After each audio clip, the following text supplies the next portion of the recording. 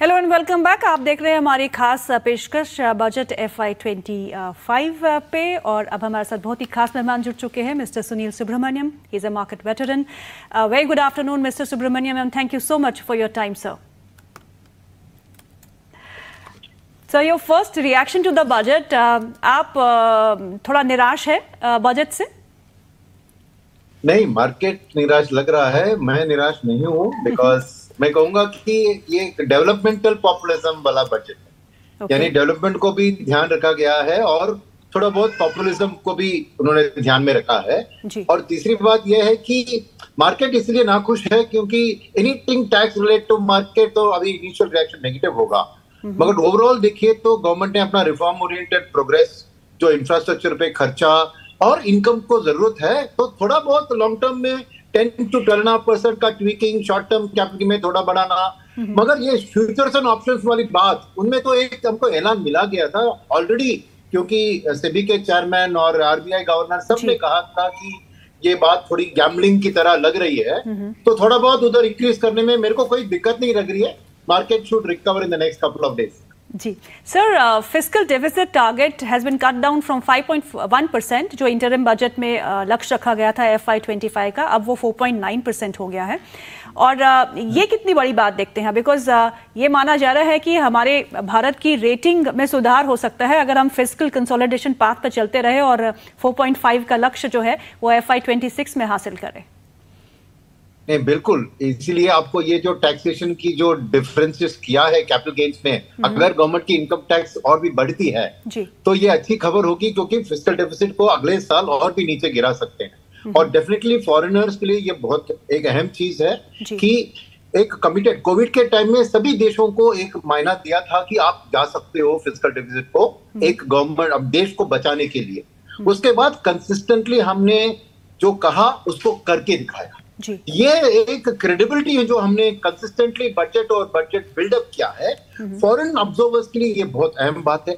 उसके अलावा आप देखें तो फॉरेनर्स के लिए थोड़ा टैक्स में भी थोड़ा टीडीएस में कमती किया है। और आज भी जो भी देखे मार्केट में डाउन 1000 पॉइंट्स था, मगर रिकवरी में देखिए ये जो फॉरेनर्स निवेश करते जैसे FMCG, IT, उन्हीं सेक्टर में आप थोड़ी बाइंग देख रहे थे। मेरा मानना है कि फॉरेनर्स जरूर अभी आके खरीदारी करेंगे। जी सर, कंजम्पशन बूस्ट पे हम बात किया करते थे। पिछले एक महीने में हम ये कह रहे थे कि सरकार जो है वो कंजम्पशन बूस्ट करने के लिए जो है बजट में प्रावधान कर सकती है, स्टेप्स ले सकती है।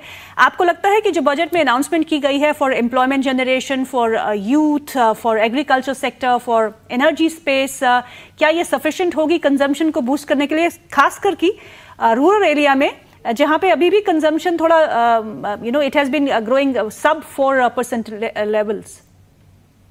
देखिए, एक बात आप सोच लीजिए कि सभी मार्केट एक्सपर्ट्स जो बजट के पहले कह रहे थे कि कंजम्पशन बूस्ट मिलेगा, वो थोड़ा एक डिफेंसिव पोस्चर उनका था, क्योंकि डर आ गया था कि इलेक्शन के जो रिजल्ट्स उतने अच्छे नहीं आए एनडीए के लिए, उसके लिए शायद वो थोड़ी पॉपुलिज्म की ओर जाएगी। इन्होंने सब लोगों ने अपने एक एनालिसिस में उसको फैक्टर किया था, इसलिए एक्सपेक्टेशन था। मगर गवर्नमेंट बहुत स्मार्ट निकली, यानी उन्होंने डायरेक्टली कंजम्पशन के लिए कुछ नहीं किया। और कैपेक्स का जो भी अभी 4-5 चीज आपने कहे ना, वो सब एक लॉन्ग टर्म कैपिटल क्रिएशन के लिए सपोर्टिव है। अब उसके थ्रू जॉब क्रिएशन बढ़ती है और उसके कारण कंजम्पशन बढ़ता है, वो अलग बात है, वो जरूर होगी। और थोड़ा बहुत जो राहत मिला है मिडिल क्लास को, एक 17,000 की, वहां से थोड़ी बहुत consumption, but specifically consumption oriented उन्होंने कुछ नहीं किया। वो एक अच्छी बात है एक बजट के तौर पर, क्योंकि सभी मार्केट एक्सपर्ट्स का मानना था कि गवर्नमेंट को थोड़ा हम लीवे देंगे कि कुछ कंजम्पशन पे खर्चा कीजिए। पर गवर्नमेंट ने वो जो कहते हैं ना get out of jail card, उसको यूज नहीं किया। गवर्नमेंट ने बहुत स्मार्टली अपना बजट को, जैसे इतने सालों से बजट को मैनेज किया गया, उसी तरह उन्होंने अपना एक ये कायम रखा है दृष्टिकोण। सर, बायबैक्स पे भी टैक्सेशन को इम्प्लीमेंट किया गया है, how do you see that? नहीं, वो एक्चुअली एक लेवल प्लेइंग फील्ड बनाता है ना, क्योंकि कंपनी क्या करती है, जब उनके पास कैश फ्लो ज्यादा है और उसको खर्चा करने का उनको रास्ता नहीं दिखता है, तो उनके पास चॉइस होता है कि या एक डिविडेंड के तौर पर डिविडेंड दे दे, या बोनस चार्ज इश्यू करें, या फिर बाय बैक करें। ये उनका कैपिटल कैश को सही तरह इस्तेमाल करना और return the capital to the investor, क्योंकि वही होता है। तो अगर डिविडेंड में टैक्स लगता है और इसमें नहीं लगता है तो लेवल प्लेइंग फील्ड नहीं है। तो ये बायबैक से उन्होंने एक लेवल प्लेइंग फील्ड किया कि किसी भी तरीके से अब एक व्यक्ति को कुछ फायदा मिलता है, चाहे वो डिविडेंड के तौर पर हो या बायबैक के तौर पर, तो उसको टैक्स तो भराना पड़ेगा ना। तो मैं कहूंगा ये कोई हानिकारक चीज नहीं है, एक ऐसी लेवल प्लेइंग फील्ड की बात है। जी, केपेक्स प्लान को जो इंटरिम बजट में आंकड़ा था 11.11 लाख करोड़ का, उसी पे रखा गया है।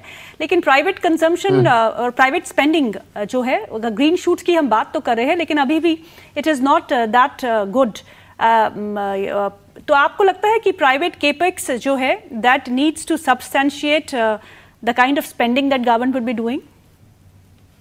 वो लगेगा, आपको थोड़ा वक्त देने चाहिए, क्योंकि कैपेसिटी यूटिलाइजेशन क्या हुआ है ना कि देश में कोविड के बाद जरूर लोगों की इनकम्स बढ़ी है, पर कैपिटा इनकम्स, मगर क्या हुआ है कि ये पर कैपिटा इनकम की बढ़त एक हायर क्लास ऑफ सोसाइटी यानी के शेप्ड का इकोनॉमिक रिकवरी हुआ है। यानी जो अच्छे middle class, upper middle class और रिच पीपल है वो उनकी कमाई बहुत बढ़ गई है, मगर जो माइग्रेंट्स और lower bottom of the pyramid है उनको कोविड के में बहुत हादसा लगा था। गवर्नमेंट ने नरेगा के थ्रू थोड़ा पैसा दिलवाया, अभी वापस वो शहर में आ गए, मगर क्या है कि जो कॉन्फिडेंस उनका खर्चा करने में वो दब गया है। इसलिए बॉटम ऑफ द पिरामिड में आपको कंजम्पशन ज्यादा बढ़ा नहीं। इसीलिए जो देश में कैपेसिटी यूटिलाइजेशन, जो ऑलरेडी कारखाने हैं, जो इंडस्ट्रीज है, उनका कैपेसिटी यूटिलाइजेशन कोविड के टाइम में 60% तक गिर गया था, वो धीरे धीरे बढ़कर 75% तक आ गई, मगर उसके ऊपर 80 नहीं पार कर रही है। जब ये 80 पार होती है 2009, 10, 11 में हमने देखा, तभी प्राइवेट कैपेक्स में एक जोर आता है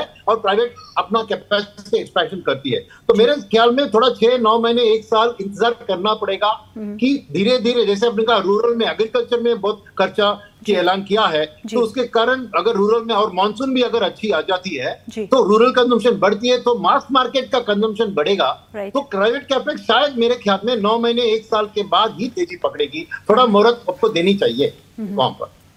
तो अब सर मार्केट्स में करना क्या है? डू यू थिंक कि मार्केट्स कुछ दिनों में सेटल हो जाएगा and up trend will continue, और या फिर करेक्शन होना हेल्दी है मार्केट्स के लिए, so we should expect some bit of a correction from here? देखिए, मेरे ख्याल में जो करेक्शन होना था आज हो गया, क्योंकि मैं देख रहा हूँ कि FIIs खरीदारी कर रही है, इसलिए जो सेक्टर, सेफ्टी सेक्टर है वो बढ़ रहे हैं, राइट।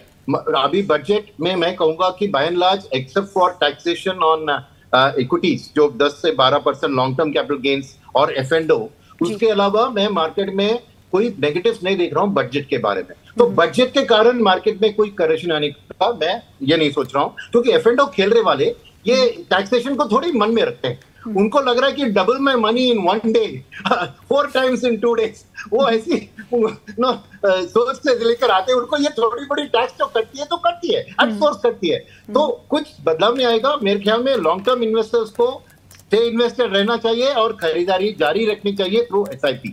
तो खरीदना कहाँ चाहिए सर? लास्ट क्वेश्चन क्या बताइए? तो खरीदना कहाँ चाहिए sir? Which are the sectors that you would recommend buying in? मैं अभी भी आपको इंडस्ट्रियल साइकिल कैपेक्स के जुड़ी हुई जो भी सेक्टर्स है, बिल्डिंग मटेरियल से लेकर capital goods, EPC contractors, steel, cement, इन्हीं पे मैं फोकस करूंगा। कि अल्टीमेटली जैसे मैंने कहा 9 महीने के बाद प्राइवेट सेक्टर कैपेक्स में जोर लगेगा, तभी भी इन्हीं स्टॉक्स चलेंगे। तो आज पूरा उनका जो एक आउटलुक है, पूरी उनकी दाम में आज नहीं है। एक लॉन्ग टर्म निवेशक के लिए जो 5 साल के टाइम फ्रेम में निवेश कर रहा है, वहां पे अभी भी domestic oriented industrial SPAC number 1। Number 2, consumption में क्या हुआ है कि वैल्यूएशंस उतनी बड़ी नहीं है, क्योंकि इतने दिनों से कंजम्पशन स्टोरी अच्छा नहीं चला, तो अभी वैल्यूएशन रीजनेबल है, थोड़ा एलोकेशन उसमें भी कीजिए। और बैंकिंग एंड फाइनेंशियल सर्विस को भूलिए मत, बिकॉज अल्टीमेटली प्राइवेट सेक्टर हो या गवर्नमेंट हो, फाइनेंस करना बैंक्स को ही है। तो banking and financial services sector को भी मैं हाथ में रखूंगा। ये 3 सेक्टर पे आप फोकस कीजिए। जी मिस्टर सुब्रमण्यम, बहुत बहुत शुक्रिया आज वक्त निकालने के लिए। Thank you so much for your time sir. Thank you, thank you, thank you.